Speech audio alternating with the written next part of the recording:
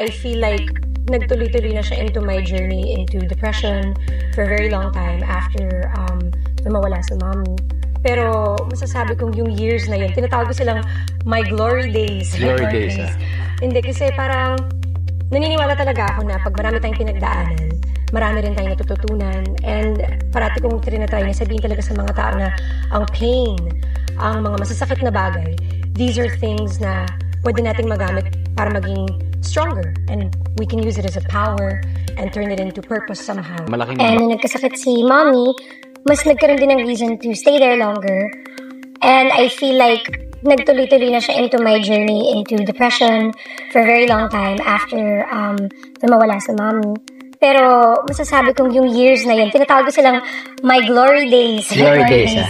Hindi, kasi parang naniniwala talaga ako na pag marami tayong pinagdaanan, marami rin tayong natututunan. And parati kong trinatry na sabihin talaga sa mga tao na ang pain, ang mga masasakit na bagay, these are things na pwede nating magamit para maging stronger. And we can use it as a power and turn it into purpose somehow. Malaking bagay doon yung pangalan na Cora. Diba you mentioned your mom? Yes. So, why was it a turning point? And can you tell us more about it? Mga 10 years after my mom passed away, marami kasing phases yan when may pinagdadaanan ka depression or any mental health issue, anxiety, stress. Dumating talaga sa point na question ko na yung existence ko, na parang mahilig ako kumanta, mahilig ako sa arts, umarte, doing different things, being with my friends, my family. Pero kahit kasama ko sila, or kahit ginagawa ko yung mga dating paborito kong bagay na mahilig ako, na masaya ako dati gawin, biglang hindi na. Parang everyday, I can't explain it. Parang empty feeling. And yun na yung parang biniblame ko din yung sarili ko na, teka lang, kung ikaw nga nawalan ka ng minamahal mo sa buhay, na normal naman yun, nangyayari yun sa lahat ng tao, parang bakit mo ito ginagawa sa sarili mo? Mas marami pang nangyayari ibang bagay sa mundo. Pero syempre, that's not something we ever emphasize. Kasi pag meron kang nararamdaman, when you have a feeling, it's real, it's true, it's valid. But that made me think about what's happening elsewhere in the world. Yung mga walang natitirhan, walang pagkain, yung mga victims of abuse, oppression, injustice. So I was thinking to myself, kung ako yun yung pain ko, what more sila? What more all these people around the world na marami pinagdadaanan? Hello guys, welcome back to my channel. So ang topic natin ngayon is logotherapy, existentialism. Makikita natin sa video na si Antoinette Toss ay nagkaroon ng depression. And because due to the death of her mother, so ang nangyari, it led to depression at ang feeling niya that time was walang meaning. Okay, ang basic assumption ng existentialism is that people needs for meaning in a meaningless world. Ang world daw natin ay meaningless, so ang tendency ng tao is to find meaning. So kapag itong naranasan ni Antoinette Toss ay normal lang at lahat tayo ay nararanasan ito, may point sa buhay natin na parang walang kabuluhan or meaning yung ating buhay. We have the need, for meaning. Isolation and meaninglessness are normal experiences of a person.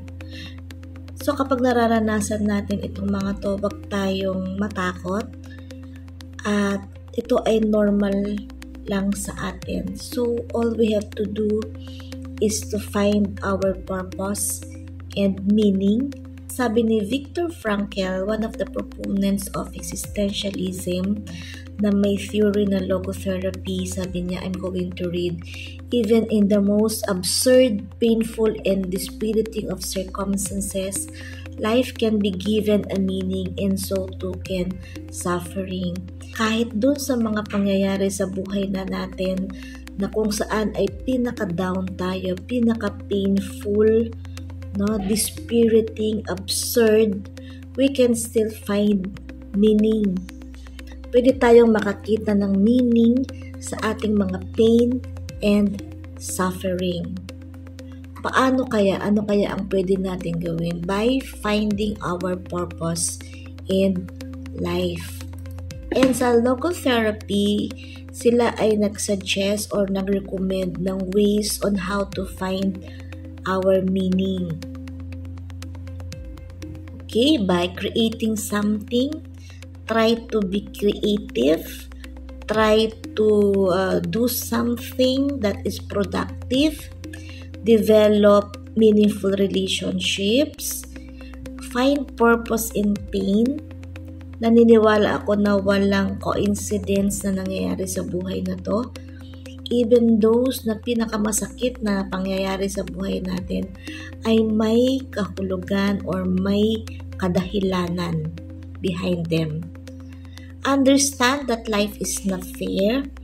Life is not fair, and that is reality. That is a fact. Hindi natin pwede i-compare yung sarili natin sa ibang tao kasi iba yung buhay niya, iba yung buhay natin. Kailangan natin tanggapin na unfair ang buhay or else never tayong magiging masaya dahil yan po ay isang katotohanan.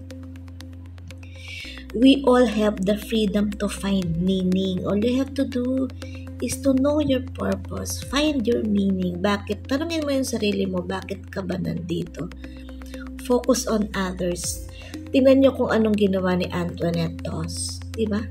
Nag-create sila ng organization to help others. At doon siya nagkaroon ng meaning sa buhay niya. Siguro sa ating everyday life, no, kahit yung mga maliliit lang, hindi naman kailangan gawin yung ginawa ni Antoinette. No?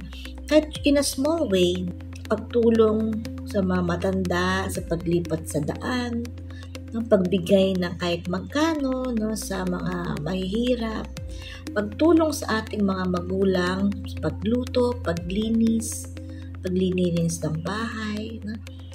Pag-aalaga ng mga pets, paglinis ng kanilang mga poops, sa pagbibigay ng pagkain.